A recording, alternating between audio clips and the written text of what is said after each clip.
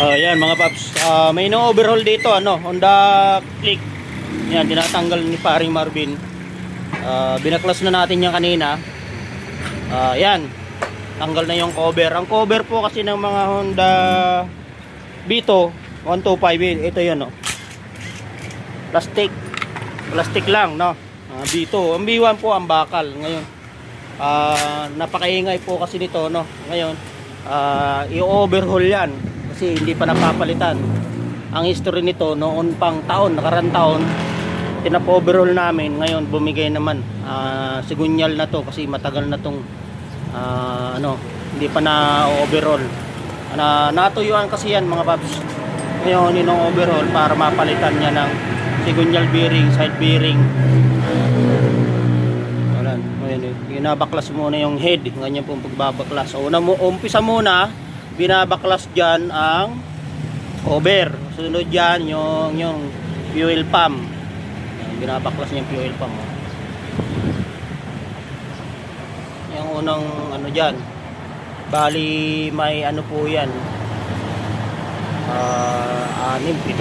pitong bolt sa main, tapos sa yan, dada lang kinakalas para hindi bumigay, Kaya kung may mga Honda Click kayo gusto nyo ipa-overhaul, PM lang sa page, FB page Mechanic Doctor, may FB number dyan, cellphone number, dyan sa YouTube channel mayroon naman number yan.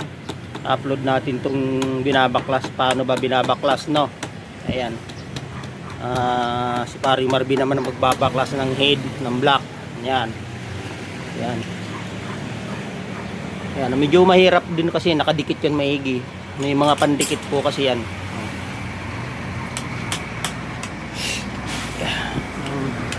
Masikip lang. Napakaitim na ng magneto, sobra. Yan.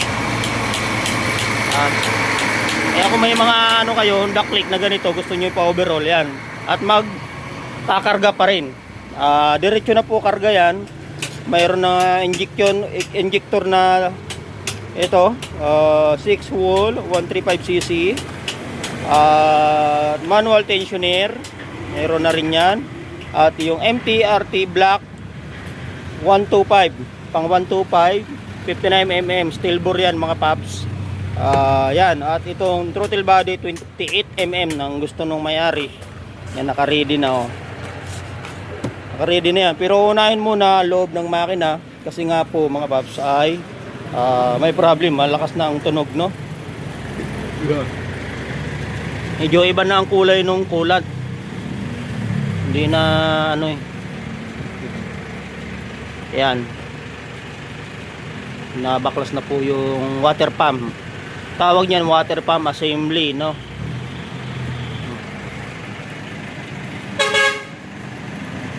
water pump assembly.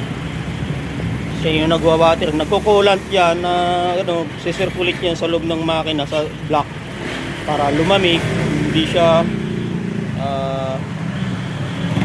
uminit, yan ang trabaho niyan. Sibos yan. Ayan mga pap, marami na naman mga sasakyan na dumadaan. Busy na naman ngayon, natatraffic na naman, Ayan traffic. Halos araw-araw yan pag ganito, Yan, Mechanic Doctor, please subscribe YouTube channel, please follow my FB page. Yan, baklas na po. Step by step lang yan mga pap, binabaklas, Yan. Tapos yung sprocket yan, babaklasin yung dalawang alin niya na kulay black, yung bolt, ang babaklasin dyan.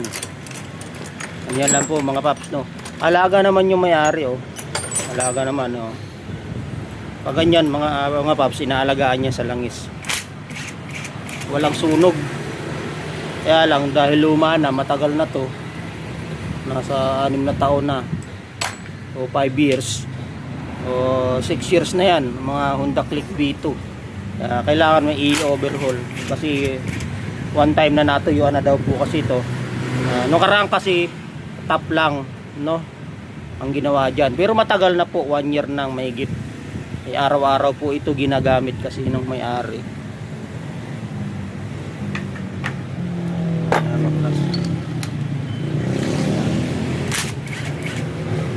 Tension, manual tension tensioner niya ang bago. Ayan, bago yan, bagong gawa lang kasi yan. Ayan, tapos yung bolt nito 14mm yan mga paps. Tanggalin muna yung tensioner, bago sprocket number 1 muna tinatanggal yan. Yan, ganyan lang po ang paggawa sa Honda Click, no. Kapag may alam, madali lang, pero pag walang alam, hindi alam yung process kung paano babaklasin isa-isa, no. Step by step lang yan mga paps. Dito po kasi mga pap, madalas kami gumawa, no, halos Honda Click. Maraming gumagamit dito Honda Click, lalo na mga naglalamove joyride, sila yung madalas na sisira yung mga motor, no, dahil minsan nakakalimutan nila yung mag change oil, no. Number 1 yan, change oil or magdagdag, ano. Ayan, baklas na yan, maya maya lang baklas na yan. Kuha lang natin yung vlog para ipakita sa inyo na talaga kami gumagawa lagi ng Honda Click, no. Share lang natin sa inyo kung paano binabaklas, para kung sino gusto mag-aral or matuto, panoorin nyo lang ito mga paps. Malinaw na malinaw yung ating video, nakikita nyo naman kung anong tools yung ginagamit. 14mm yan.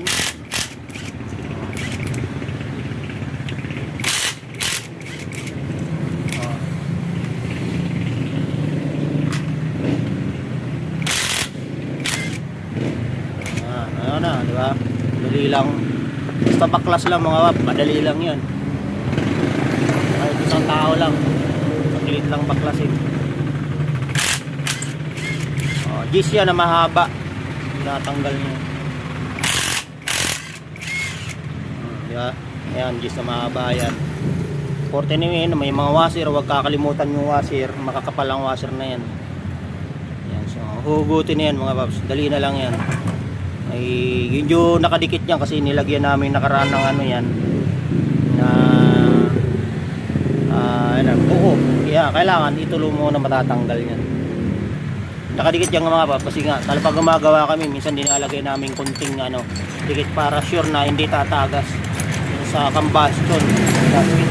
Pag di kasi nilagyan mga paps, minsan kasi nagkakaroon ng leak, internal leak or external leak tawag yan. Yan, halatang nagkakaroon ng problema mga papo. Pag ganyan may mga umido, ibig sabihin kumakawag yan, bearing yan mga papo, ganyan. Yan, baklas na. Ayan na, dumi na rin ng ito, sobrang na rin itim talaga. Yan, tensioner. Yan, diba? Bago pa po yung block na yan, halos 1 year pa lang.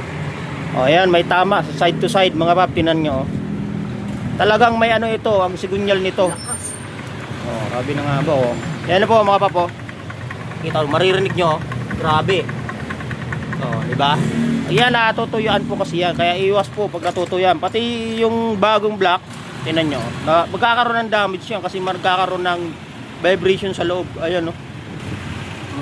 Kaya pag natuyuan kayo 2 beses, pa overhaul nyo na, palit kayo sa gunyal, huwag nyong titipirin. Pag tinipid nyo yan mga pap, sigurado yan ganito mangyayari. Ay sayang lang yung block. Sayang lang yung block, di ba? Kaya sa experience namin mga paps, talaga kailangan talaga palit sa gunyal bearing, side bearing, connecting rod. Kaya ito ang matinding damage nito, connecting rod bearing. Damay na to ang side bearing.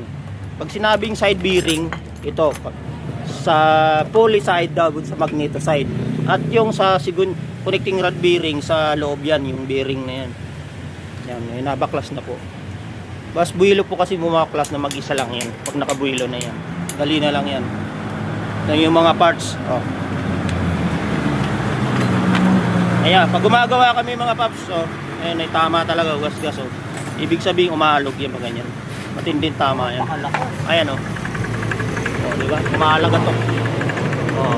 Kaya sobrang lagabog nito nung na nagpa-check pa dito siya, pina-check niya talagang malabog yan nga. Final namin, overhaul talaga yan. Ay, ang ginawa kasi ni boss, nagantay ng mga parts niya para diretso daw karga. Kaya tama naman talaga, kakarga bago kung sigunyal, bago ano, talagang maganda ang discard niya. Pag ganyan po mga pap kasi makakatipid siya, no? Yan. Makakatipid talaga. Oh, yan. Diba? Okay na. Baklas na. Ganyan lang po diskarte ano mga paps. Kaya may mga problem motor niyo, gusto niyo ipa-check, kami na po bahala diyan. Pag ganito kaalog, sobra yan. Sigunyal, no? Customer yata niya yun. Gilbert. Oh. Grabe ang logo. Oh, di ba? Di ba mga pap? Tingnan niyo kamay ko. Kaya lumalagabog to pag narinig nyo, parang pag nakaupo kayo mga pap, parang niyayanig yung puwit nyo. Kaya hindi nakatiis. Gusto na nga itong paggawa nakaraan. Ay ang problema nga, ang gusto niya karga diretso na, ay nantay niya yung block niya. Kaya yung block niya nandito mga pap, ito yung block. Ay kompleto na, nung kompleto na mga pap, dinala na talaga niya. Gusto niya kasi sigurado na may parts na siya. Kaya ang diskarte, hanap lang namin dyan yung connecting rod na itong umaalog, no? Nakakarami na po kami nito mga paps, hindi lang ito.